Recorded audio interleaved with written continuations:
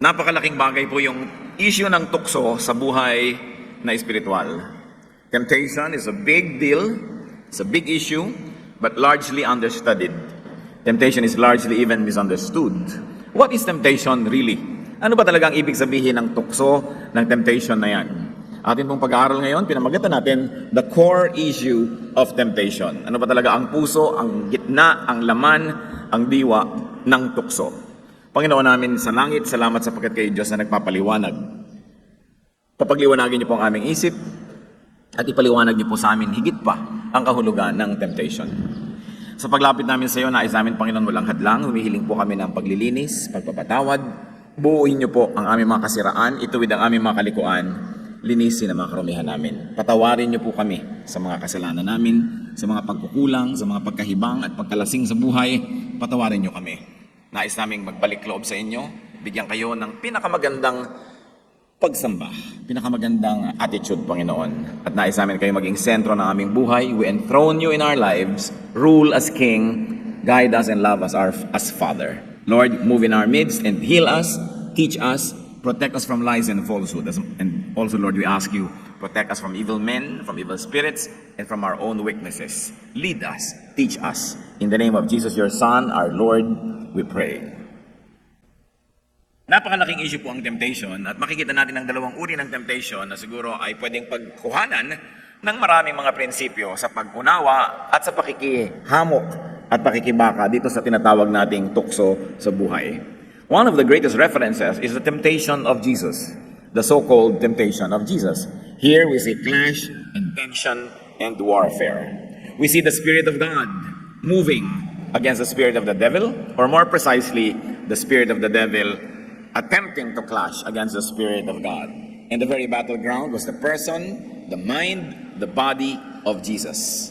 Ang lahat ng giyera ay mayroong battleground. Itong temptation na ito, ang battleground ay ang isip, ang buong katauhan, ang buong espiritu, ang katawan ng Panginoong Jesus. Matthew chapter 4, verse 1. Then Jesus was led by the Spirit into the desert to be tempted by the devil.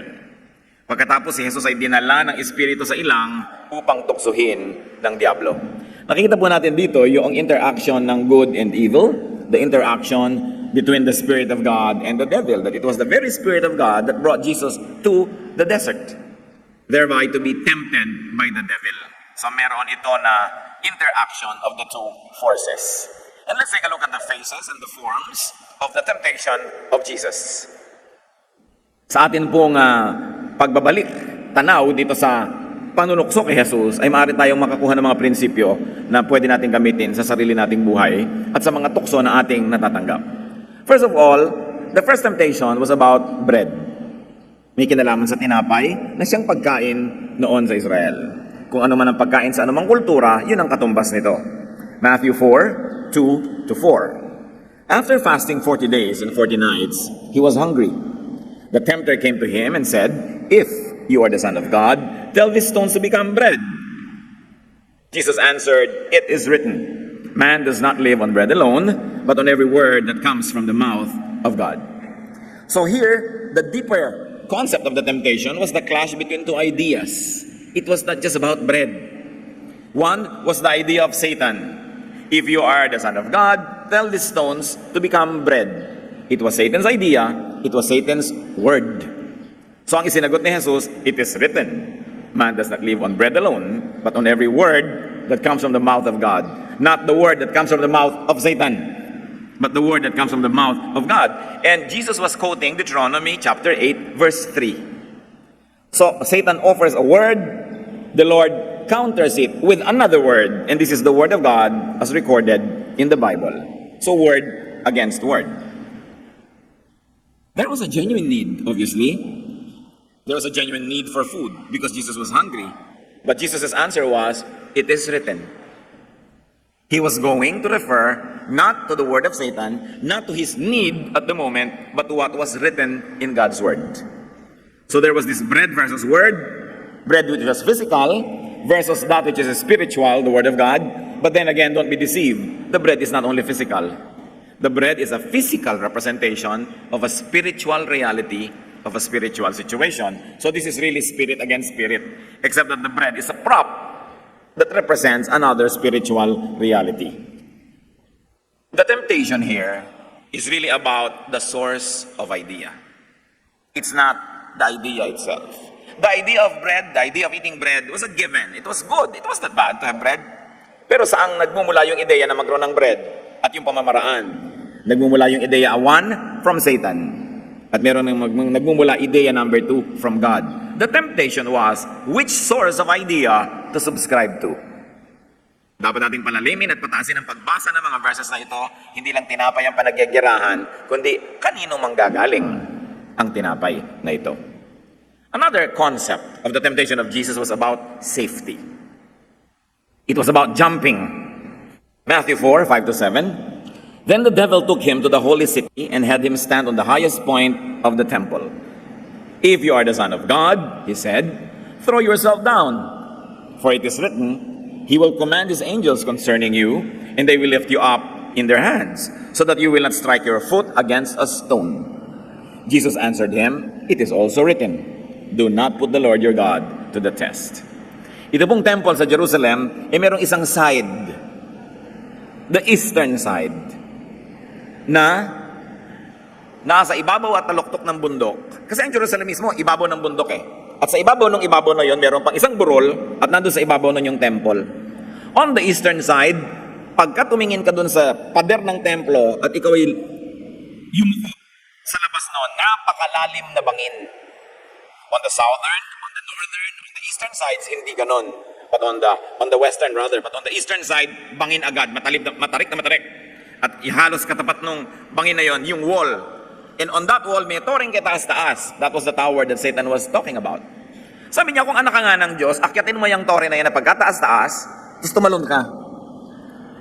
Hindi lang siya mahuhulog sa patio o doon sa ground ng temple, doon siya mahuhulog sa bangin na mas mababa pa kaysa sa floor level ng temple.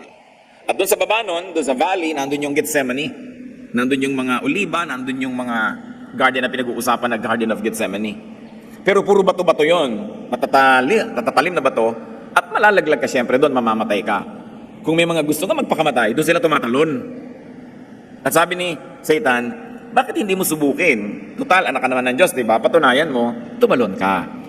Sabi naman kasi sa Bible sabi ni Satan, sasaluhin ka ng mga anghel kung ikaw talaga anak ng Diyos. At hindi papabayaan na ni ang paa mo, ni ang sakong mo, mabundol sa bato. Sasaluhin ka. Satan was quoting the word of God, Psalm 91, 11-12. Sa lagay, si Jesus lang mag-quote. Nag-quote siya nung una, si Jesus. Pangalawa, quote din si Satan. Pero sabi ng Panginoon, it is also written. Hindi lang yan sinasabi mo na written, may written pa, do not put the Lord your God to the test. Jesus was quoting Deuteronomy 6:16. Battle of wits to. Paramihan ng alam na verse. Kumusta kayo mga kapatid? Kumusta tayo pagka nag-battle of wits sa mga verses? May makukot naman kaya tayo dyan. Kasi ang tunay na labanan, gaano mo kaalam ang salita ng Diyos? Kasi kung alam mo yon, meron kang ilalabas sa sandata. Kung wala kang alam, ibibigay mo lang opinion mo, idea mong makabalibaligtad pa at halo-halo, ano ngayon ang ilalaban mo? Here the issue was vanity. Yabang, pride.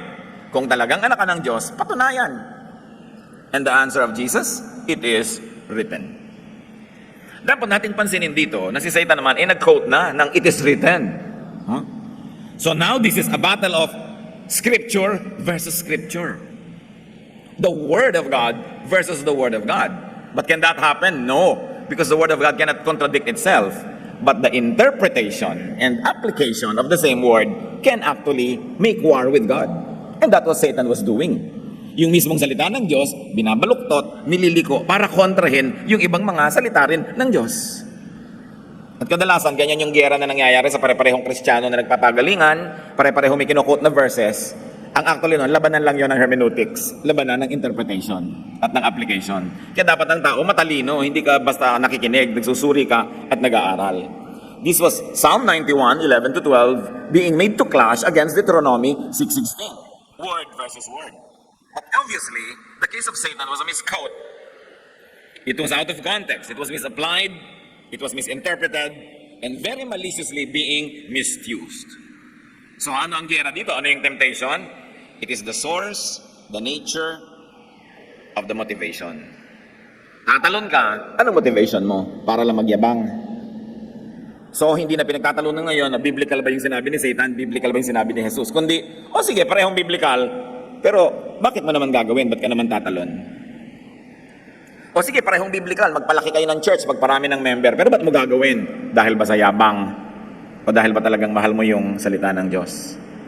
Marami tayong pagtatalo dyan verse against verse. Hindi yun ang pinagtatalunan. Anong motivation mo? Bakit mo gustong gamitin ang verse na yan? Nangyayari yan, when we want to manipulate people, we quote a verse. Para yung lakas ng Diyos ang banggain niya at definitely mananalo ka kasi nagtago ka sa lakas ng Diyos. So hindi na pinag-uusapan na, word ba yan ng God? Ang tanong na, bakit mo ginagamit? So the real temptation here, brothers and sisters, is to misuse the word of God. Hindi na about jumping. Sige, grade 1 meaning jumping. Pero kailangan pataasin, hindi naman tayo grade 1 God is changing us from glory to glory. So ang pagbasa rin natin at pag-apply ng Word of God, habang tumatagal ang ating scholarship, mas malaki ang naabot, hindi replay ng replay, yun na rin ang yun. You hear the same verse being preached every day, every year, yun na lang ng yun, ng application, hindi ka lumalaki. So ang tunay na temptation dito, ano ang ating motivation when we quote from the Word of God? Many Christians are tempted to be like Satan, to misuse it. Para mang-uto, para mang-manipulate, manggamit ng tao. And sometimes, to justify even our own mistakes, you quote the Word of God. That is the temptation. There is another temptation here in this encounter.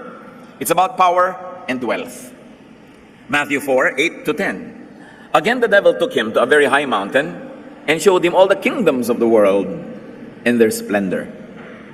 All this I will give you, he said, if you will bow down and worship me. Now, that was Satan's word.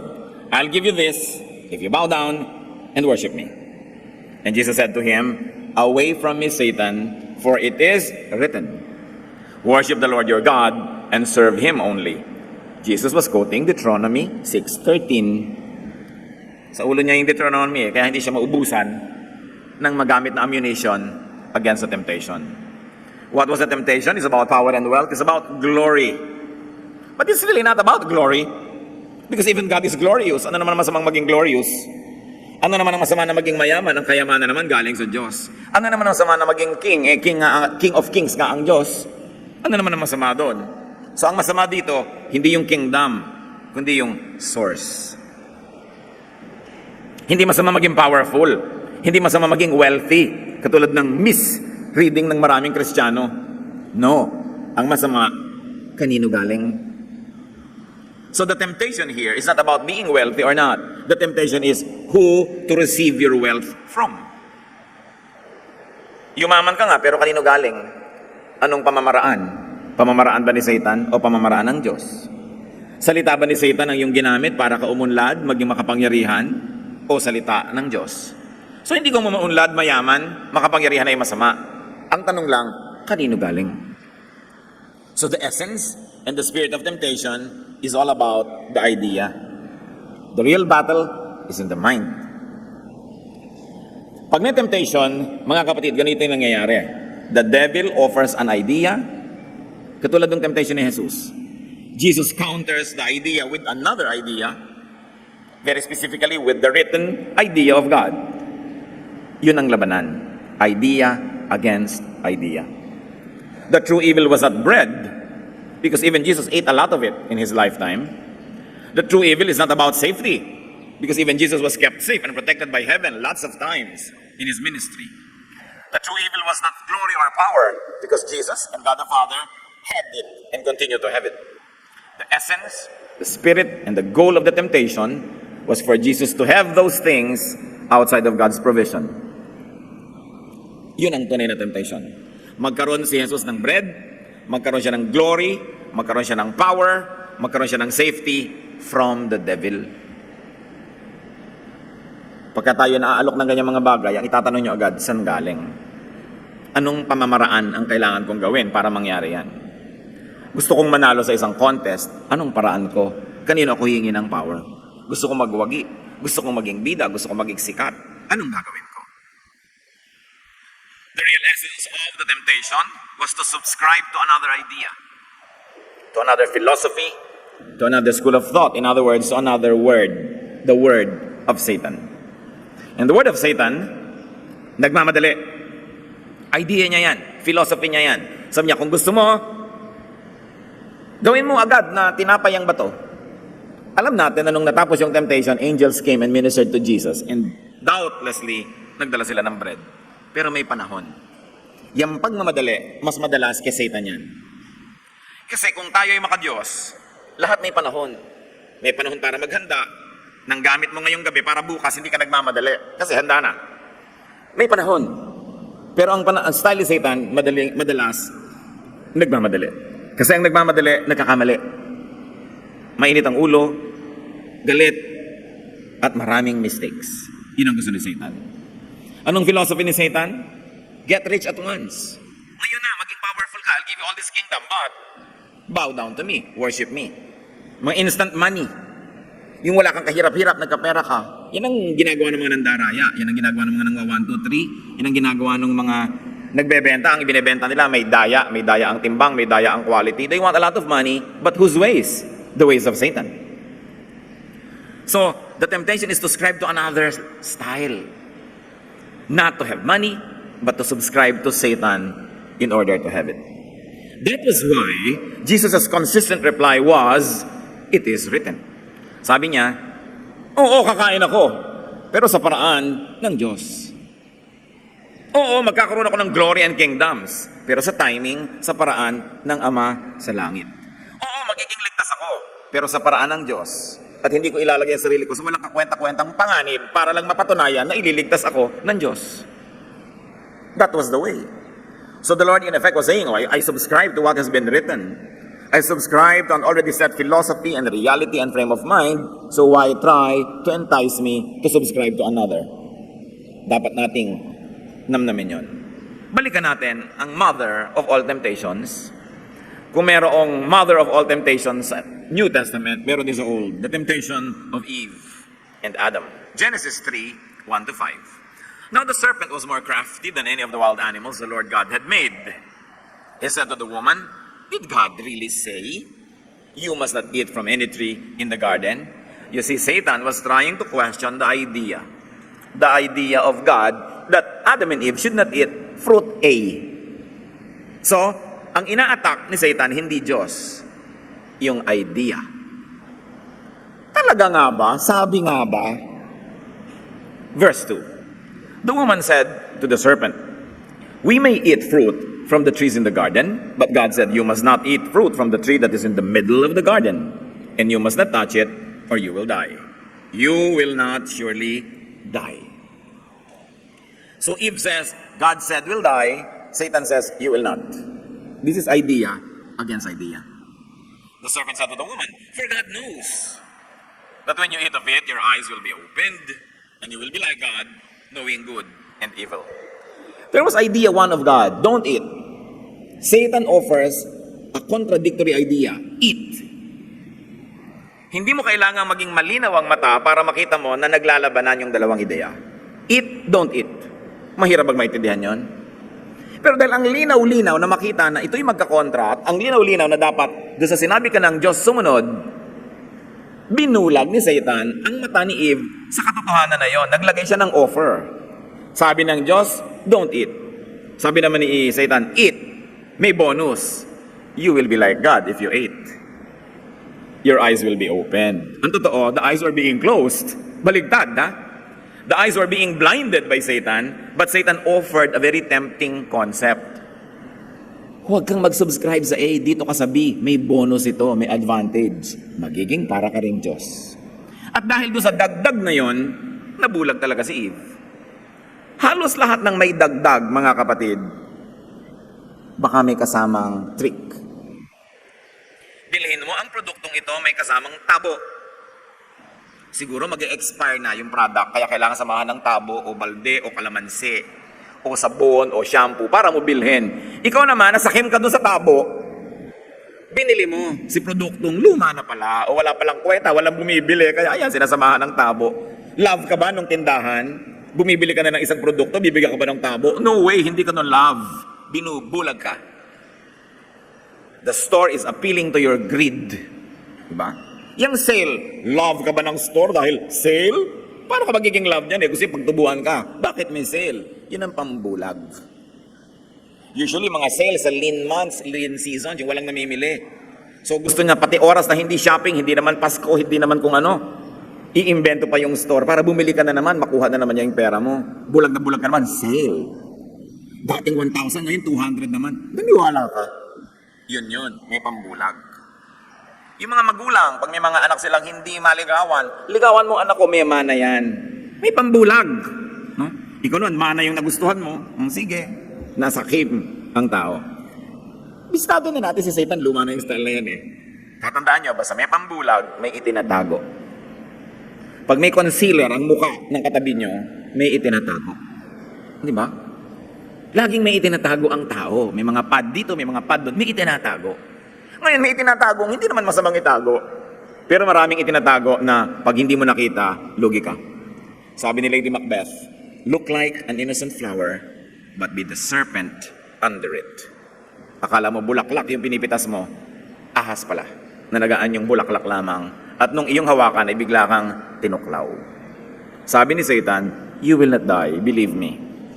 Sabi ni Eve, why will I believe you? Well, magiging kang parang Diyos. Parang attractive yata yan. Sige na nga, may pambulag. It was a God said versus the serpent said.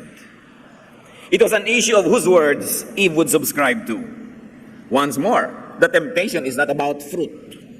It was about a clash between two ideas and identities. Sabi ng Diyos, huwag kainin. Sabi ni Satan, kainin. May benefit na inalok, kinain. The fall happened when Eve and Adam subscribed to the serpent's idea, to the serpent's way. Mixed the words of God, that's what Adam and Eve did, and of the serpent in their minds and their deeds. Pinaghalo nila yung concept ni Satan at concept ng Diyos.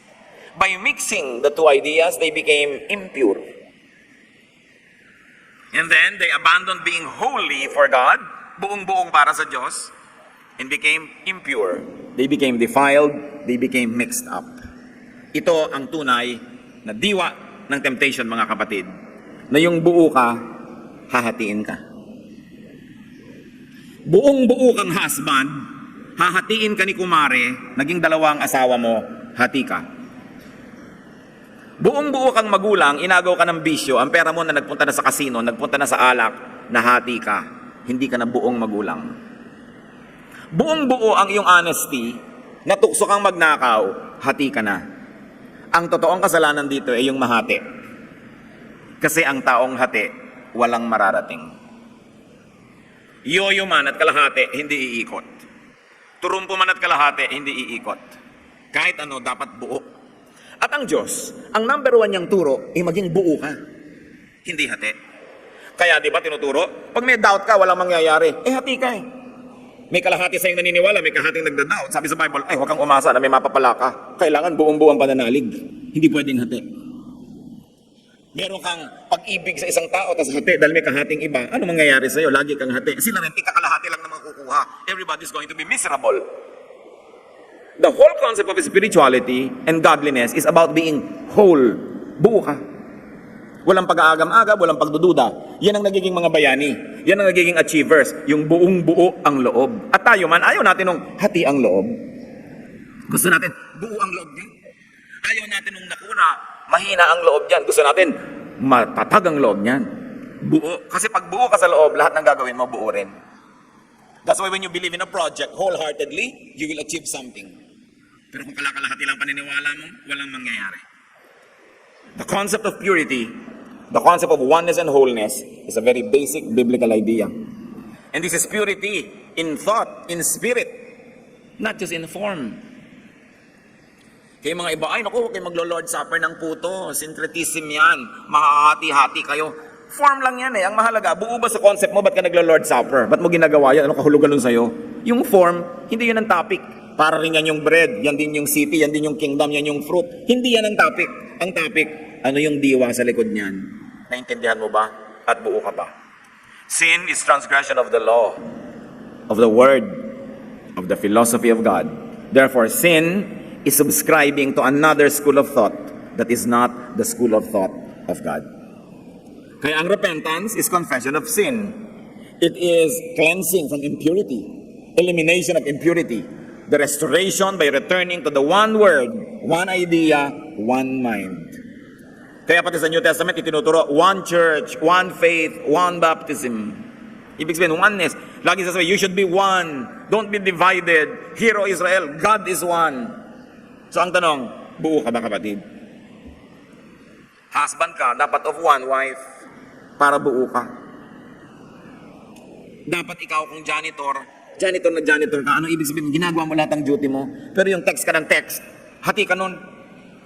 Binabayaran yung oras mo para maglinis, text ka ng text, layas ka ng layas, takas ka ng takas, hati. Guardia ka, binabayaran ka para magbantay, tapos tulog ka, hati. Huwag mong asahan na pagpapalain ka ng langit. Madaya mo man ang employer mo, magpanggap ka manggising, pagtakpan ka man ng mga kasama mo, ang Diyos ba, hindi ka halata, hindi ka bistado? Kanino ba manggagaling ang blessing, di ba sa Diyos? So huwag kang umasa na pagpapalain ka. Kailangan ang isip buo.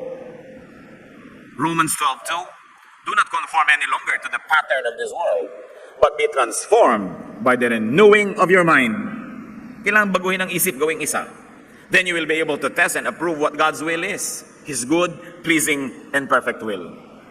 So, anong ibig sabihin nito? That the mind na naligaw ng landas, kung kani-kanino nakinig, kung kani-kanino sumunod, ano yung pagbabalik loob sa Diyos? Ibalik ang utak sa Diyos. Be changed by the renewing of your mind.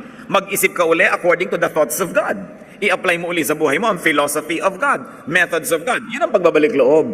Hindi dipa ng dipa, dasal ng dasal, praise the Lord, praise the Lord. Hindi yon. Ibalik mo ang takbo ng utak mo, umaayon at sumusunod sa utak ng Diyos. Yun ang kabanalan. Hindi yung long sleeves, hindi yung nakasara yung damit lagi na para kang ibuburol, hindi ang lahat ng kanta mo'y mababagal lang at mahihina. Hindi yun ang kabanalan. Ang kabanalan, ang kalinisan, ang pagiging buo, buo ang isip mo nakasunod sa pag-iisip ng Diyos. It is in the mind. Napaka-importante. Kaya sa Luke 8:1-2, after Jesus traveled from one town and village to another, proclaiming the good news of the kingdom of God. The 12 were with him, and also some women who had been cured of evil spirits and diseases. Mary, called Magdalene, from whom 7 demons had come out, ... So anong ibig sabihin na si Mary ay naging mananampalataya, natanggalan ng 7 demonyong nakatira sa kanya? Kasi may Diyos, tapos may 7 demonyo, 8 ang tinig na sinusundan niya. Kailangan palayasin yung 7 para ang matira lang 1. Maging buo uli siya, therefore, siya ay anak na naman ng Diyos sa turing at sa katotohanan. Ilan ang nakatira sa ating mga demonyo? Ilan ang tinidinig natin? Ilan ang sinusunod natin? Kung ikaw ay anak ng Diyos, palayasin lahat yan. Isa lang ang sinusunod. Hear, O Israel, God is one. And there's only one God. Kaya doon ka lang nakasubscribe. So in a higher level of reading, temptation is not just about bread. It's not just about jumps and kingdoms and wealth. Dahil yun naman hindi masama eh. Kung yun lang per se, no. Temptation is this, and let me be repetitious. It is about who you subscribe to. Kanino ka nakikinig? Whose ideas, whose ways, whose word. Now be careful with God's word being misquoted, because even Satan did that. Temptation is about not being pure or one with. It's not being true to your identity. Ang tukso lagi, hatiin ka. Estudyante ka, hahatiin ka na maglakwatsa para hindi ka magiging estudyante half of the time. Tukso yon. Empleyado ka, ang tukso, maglakwatsa ka, nahati ka. Kasi yung mission mo, mag-work. When you are not working, hati ka. Pinagkakatiwalaan ka, ito yung pera, hawakan mo, ito yung budget, ito yung susi. Tapos magnanakaw ka, hati ka. Kasi pinaglalaban mo yung trust at saka yung untrustworthiness. Hukom ka, pinagtitiwalaan ka na magiging fair, tapos ibebenta mo yung desisyon mo, hati ka. Siguro naman, di ko na kailangan isa-isahin pa ibig sabihin ng mahati. Anak ka, pinagtitiwalaan papasok sa school, tapos lakwatsa ang ginagawa mo, hati ka. Asawa ka, alam ng asawa mo, nasa trabaho ka, yung pala nasa motel ka, hati-hati ka. Yun ang tukso, mahati. Ayaw ng Diyos ng hati-hati. A one-half Christian is a one whole nonsense. So we have to be pure versus impure wife or husband, employer or employee, friend, believer, church member. Member ka na isang church, hindi ka naman fully nagsusupport, hati ka. Kasi member ka, dapat nagpa-function ka eh. Hati. Yung mga iba, pati blessing, ninanakaw. Uupo dyan, mabe-bless. Tapos hindi man lang mag-o-offering, hindi ninakaw mo yung blessing. Karinderya man at umupo ka para kumain, di ba dapat magbayad ka? Eh, pagkain lang yun ng katawan, yung pagkain ng kaluluwa, alangan man nakawin mo yun. Sa palagay mo, may nakakalusot, kala lang natin. Sikap ka ng sikap eh, wala rin, nasunugan ka pa ng bahay, mas lugi ka pa. Lumubog sa baha ang piano, ayan, ayaw tumugtog, tungtungan mo sa baha ng pakinabangan ng piano. Maraming ginagawa ang tao, kaya siya may problema kasi hati siya. Maraming psychiatric problems kasi hati yung tao. Bakit hati? Gustong-gusto niyang maging artist. Pinilit ng tatay maging engineer. Hati. Hindi naman talaga siya yun eh. Pinilit mo maging iba. Hati. Pagka gusto mo mag-aral, ang tanong agad ng magulang, ano magiging trabaho mo dyan sa pag-aaralan mo? May trabaho ba yan? May sweldo ba yan? Asa plantilla ba yan ng City Hall? Pag wala, ayaw ni magulang. Alam niyo, maraming magulang sila ang dahilan, kaya hati ang anak. Ayaw nilang pagbigyan kung ano yung likas, ano yung totoo, ano yung talent, ano yung inclination. Ipipilit nila. Dentist tayong lahat, kailangan maging dentist ka. Bakit ka magbabalay dancer? Walang pera dyan. O nag-dentist, pero hati. Nung 60 years old, nasa mental hospital. Kasi hati, ayaw na ayaw niya makakita ng mga ngalangala, tapos yun ang papatingnan mo sa kanya habang buhay dahil lang may kita doon, hati. Mga kapatid, mag-isip-isip tayo ha. Baka kayo hati. Kung kayo 40, 50, 60, hati pa rin hanggang ngayon, abay nauubos ang panahon nyo para maging buo. Baka kamatayan nyo na lang na hati. Kailangan gumawa tayo ng paraan na maging buo. Kahit na lang 2 days before you die, maging buo ka man lang para pagharap mo sa Diyos, yung daladala mo buo. It's your duty to yourself na mabuo. Sundin ang iyong mga pangarap. Pagyamanin ang iyong mga natural talent. Hindi ka dapat napipilitan dahil lang pinilit ka ng mundo. Bawat isa tayo ay mananagot din sa Diyos. At dapat natin pinapayagan ng kapwa natin na mabuo. Huwag nating ipilit sa kanya yung concept natin para lang sa tingin natin, buo siya. Pero siya, alam niya, hindi siya buo. Kasi hindi siya totoo. Alam ng Diyos kung ano yung totoo sa atin. At siya naman ang lumikha ng katotohanan na yun. So pag tumatagi ka, tumatalikod sa katotohanan na yun, parang binaliwala mo na rin yung plano para sa'yo ng Diyos. So be whole. Be one with your heart, your mind, your body. Dapat yung iyong feelings, yung iyong thoughts, at yung iyong activities magkakatugma. Para buo ka. Sinasabi ng konsyensya mo, masama yan, pero ginagawa mo, hati ka. Kailangan magkakakampi, magkakasama ang damdamin, ang pag-iisip, at yung ginagawa ng katawan. At alam natin kung sino ang boss dyan, yung pag-iisip. Yung thought na sinasabi sa Romans, be renewed by changing your thought patterns, your mind. Pagka ang iniisip mo, nararamdaman mo at ginagawa mo yung iba-iba, magkakasakit ka kung wala ka pang sakit. Kasi hindi ka buo. Kaya nung araw sinasabi nila marami nakukulam sa probinsya. Sabi nila marami na po possess. Kasi anong araw, lalo na sa mga very conservative communities, ang mga tao hati. Ang mga anak hindi nila nagagawa yung gusto nila, ang sinusunod lang nila yung gusto ng magulang. O yung gusto ng community. Pag may iba kang gustong gawin, machichismis ka, paparusahan ka ng community. Kakantsawan ka, mapaparusahan ka. Pinaparusahan kasi ng community yung individual pagka hindi nagko-conform sa kagustuhan ng karamihan.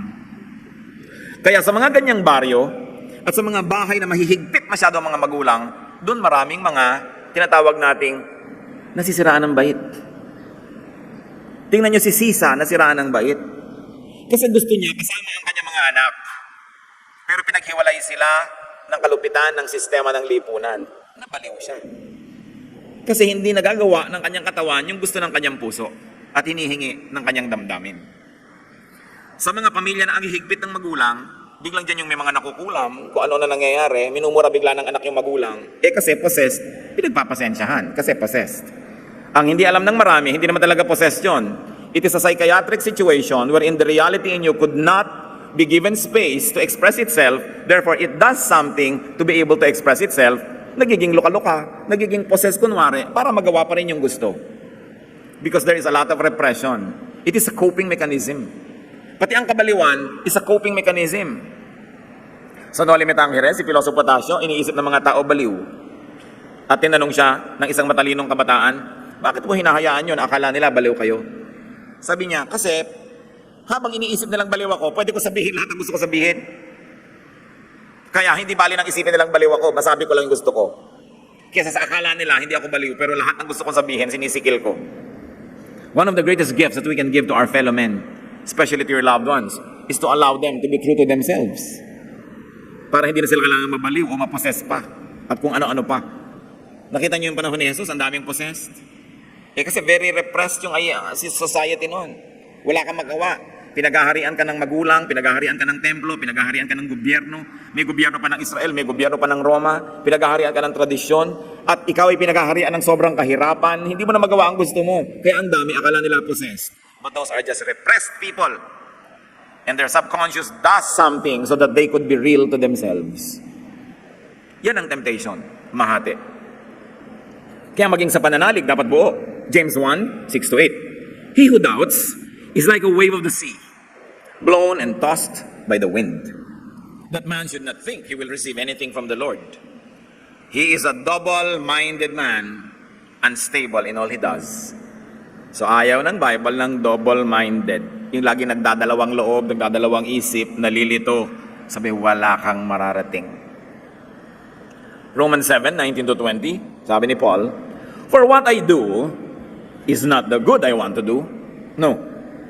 The evil I do not want to do, this I keep on doing. Now, if I do what I do not want to do, it is no longer I who do it, but it is sin living in me. Blah, blah, blah. Pero ang mahalaga dito, gusto niyang bumait, pero di niya ginagawa. Hati siya. Dapat, kung alam natin kung ano yung tama, yun ang ginagawa ng ating katawan. Do not violate your own conscience. Lalo't ang konsyensya na yan ay nakaayon sa salita ng Diyos, pakinggan yan. Romans 14:23, but the man who has doubts is condemned if he eats, because he is eating it not from faith. And everything that does not come from faith is sin. Sabi niya, ikaw pala sa konsyensya mo, hindi ka dapat kumain yan, tapos kinakain mo, ay nagkakasala ka kasi nilalabag mo yung konsyensya mo. Pero siya, sa konsyensya niya, hindi naman siya nababother, hayaan mo siya, hindi niya nilalabag ang konsyensya niya. Kaya kailangan, ito yung tinasabi dyan, makinig ka sa yung tinig. So temptation is to be divided, to be confused, to be cut off from God's ways and thoughts, to be untrue to one's godly identity. And it is to be submissive to Satan's thoughts and ways. It's not the bread that's the issue. The issue is, who do you believe in? So saan tayo hati, mga kapatid? Between good and evil? Dapat pa bang hati ang tao dyan? Hindi pa ba malinaw yan? Between God's ways and Satan's ways? Between our true godly identity and the distorted identity being dictated by the world? Like your identity as a husband, di magpaka-husband ka. Tatay ka, di magpaka-tatay ka. Anak ka, magpaka-anak ka. Pag yun ay binaligtad mo, yun ang tunay na temptation na ating sinunod. Ama namin sa langit, nawa ang mga ideya na ito ay lubos naming maunawa. We ask you, Father, to enlighten us, to empower us, so we can move on to higher levels of application of your word. Makita namin, Panginoon, na ang temptation ay yung naghahati sa amin.